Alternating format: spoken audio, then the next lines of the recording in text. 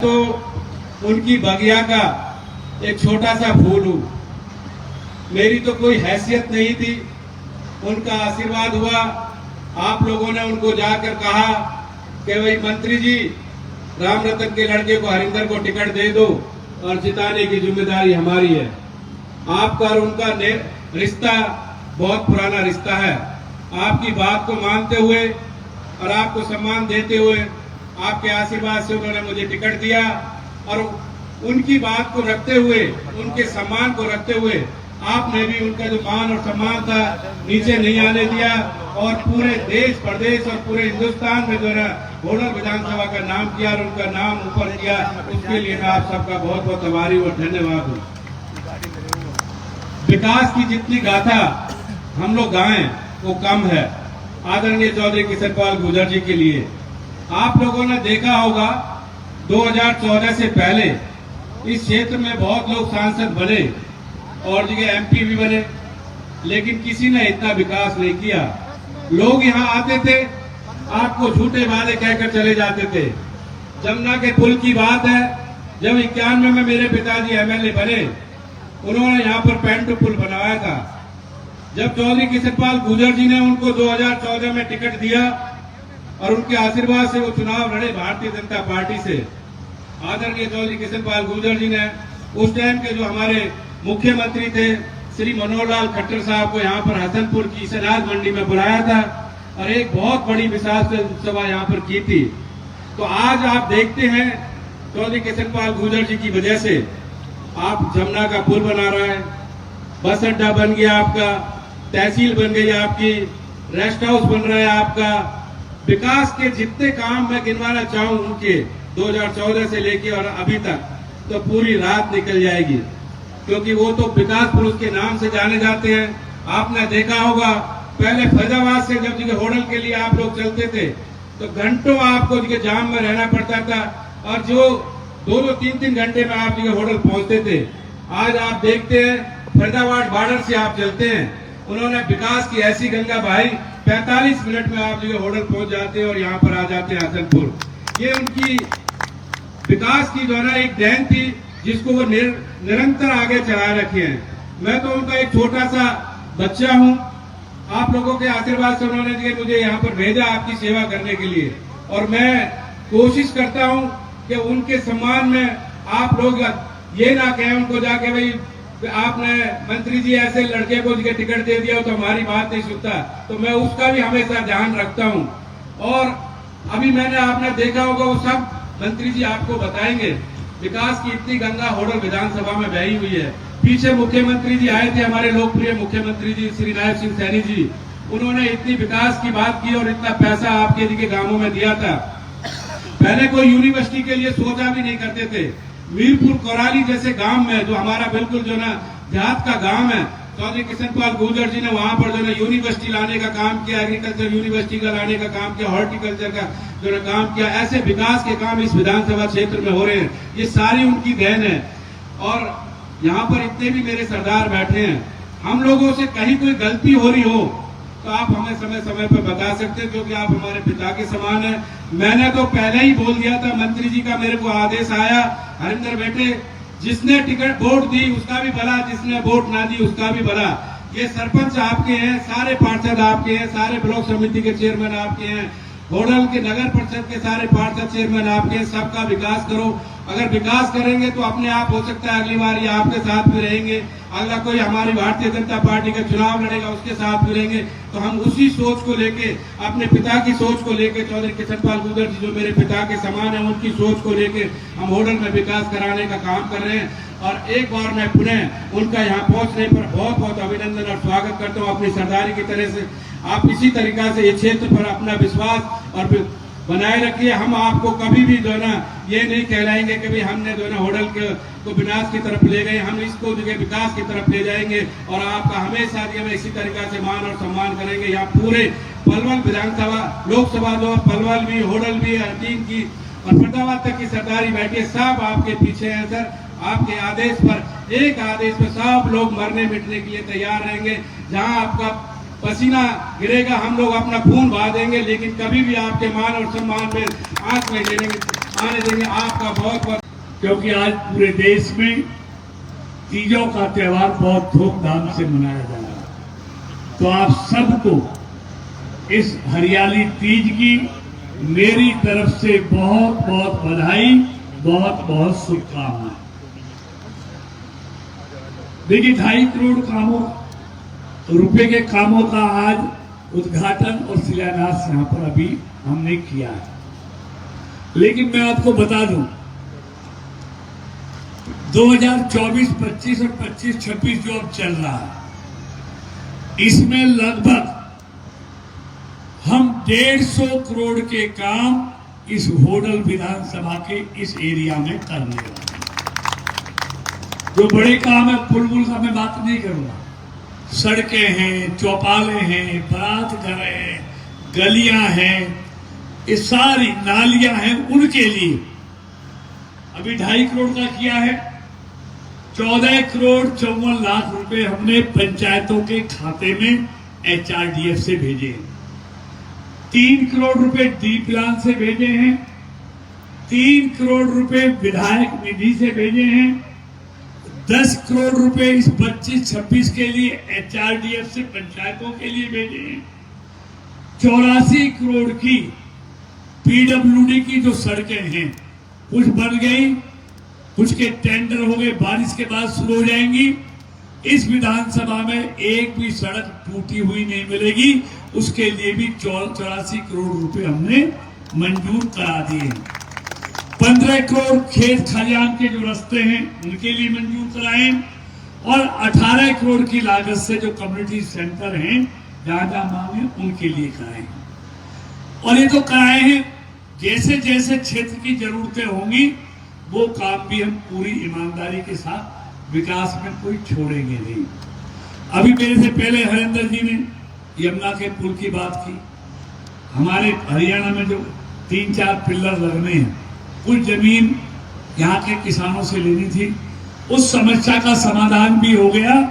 सबसे ज्यादा collector rate का 4 गुना पैसा हमने किसानों के लिए मंजूर कराकर 11 करोड़ रुपए खाते में भेज दिया है। सोमवार से उसकी रजिस्ट्री शुरू हो जाएगी, तो आपका पुल का काम भी कंप्लीट हो जाएगा। मैं सारे काम जो पिछले 11 सालों में उसकी सबकी चर्चा करने नहीं आया। काम किए हैं तभी तो लगातार आपका आशीर्वाद मिल रहा है।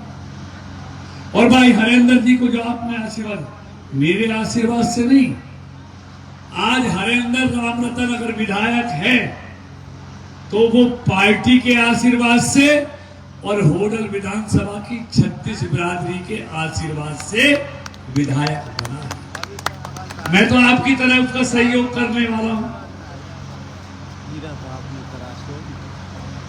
मेरे आशीर्वाद से क्या होना है, मैं ही आपके आशीर्वाद से बनाऊं। और भाई चेची जी ने पता नहीं कहां से ये बात ले आई कि अगली बार लोकसभा तो हो जाएगी, फरीदाबाद अलग और ये अलग।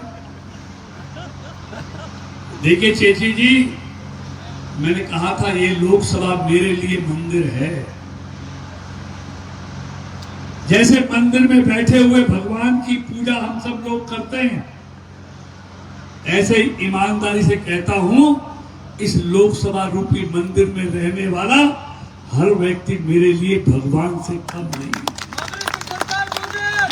मेरे को जो आशीर्वाद दिया, लोकसभा अलग बनेगी नहीं बनेगी, लेकिन कृष्णपाल आपका था, आपका है, आपका रहेगा जब तक जिंदा रहेगा। ये क्षेत्र मेरे दिल में बसता है,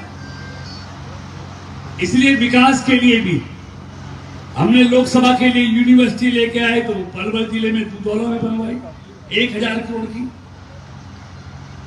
हमने ये हाईवे बनवाया तो वो फरीदाबाद से शुरू होकर यहां तक जाता है। चाहे उस पर पुल बनवाए हो,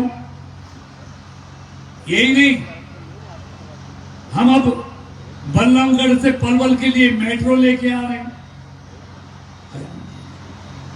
यमुना पे पुल हो, कॉलेज हो लड़कियों के लिए, एक पलवल से कुड़ली के लिए 6000 करोड़ की ऑर्टी बन रही,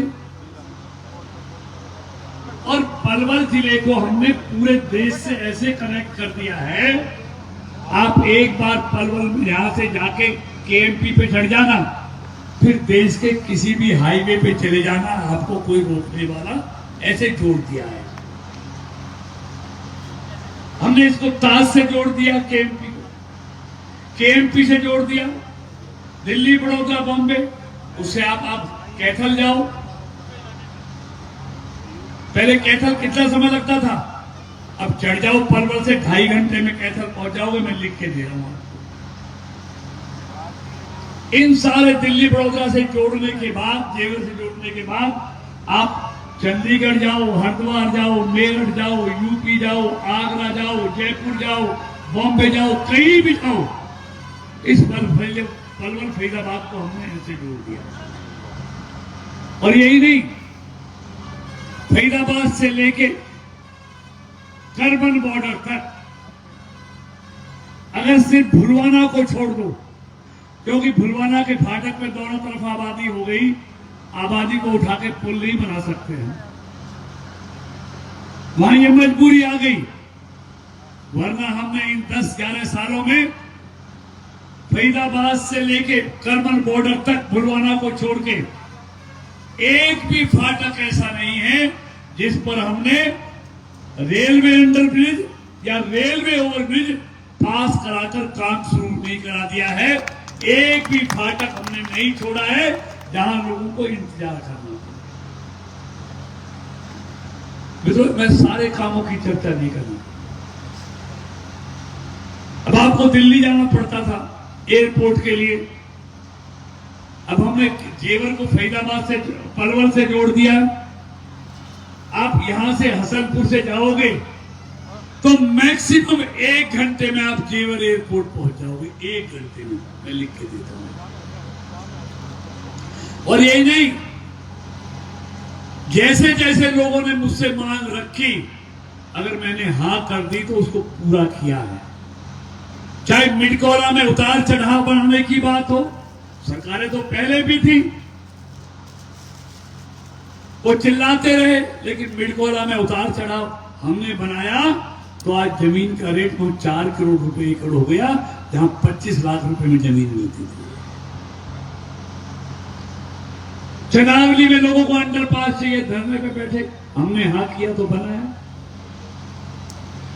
मोहना में मेरे खिलाफ कितना प्रचार लोकसभा में नहीं किया, आप जानिए कितनी वोटों का मुझे नुकसान, लेकिन मैं कहता था कि मैं मोहना में उतार चढ़ाव बनवाऊंगा, चाहे उन्होंने कितना भी नुकसान किया हो, लेकिन जाके देखो मैंने मोहना में भी उतार चढ़ाव बनवा दिया। वहां भी अब 4 करोड़ से कम जमीन नहीं मिलती। अब अनंतपुर में तोड़फोड़ की बात आई, अब विरोधियों के पास कुछ काम तो बचा नहीं है। फॉरेस्ट लगाने का काम बाड़मेर में कांग्रेस की सरकार थी, दिल्ली में उन्होंने ही लगाया था।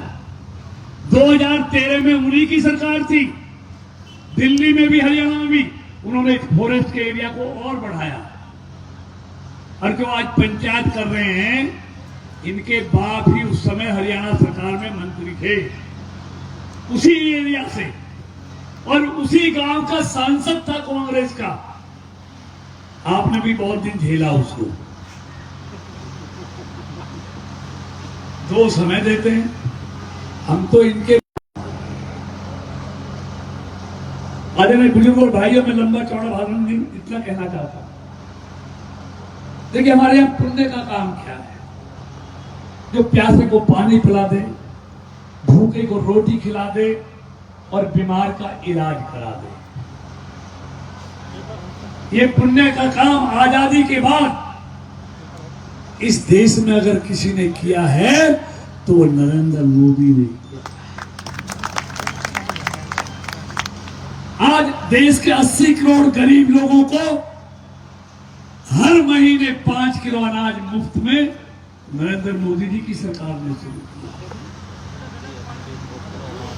आज 60 करोड़ गरीब लोगों को जो बीमारी के कारण, हालात के कारण इलाज नहीं करा सकते, उन 60 करोड़ लोगों का साल में 5 लाख तक का मुफ्त में इलाज मोदी जी की सरकार ने शुरू किया। मित्रों, मोदी जी से आने से पहले 70 साल इस देश के 3 करोड़ घरों में नल से पीने का जल जाता था। 3 करोड़ घरों में 70 सालों में।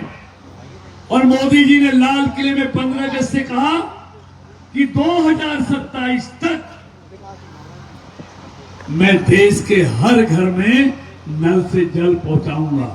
अब जरा तुलना करो, 70 सालों में 3 करोड़ घरों में जाता था और मोदी जी ने 4 सालों में, पिछले 4 सालों में 14 करोड़ घरों में पीने का पानी नल से घरों में पहुंचाया है। आपके यहां भी हर गांव में नल से जल गया होगा। गरीब 10 करोड़ बहनों के लिए शौचालय बनाने की बात हो, 11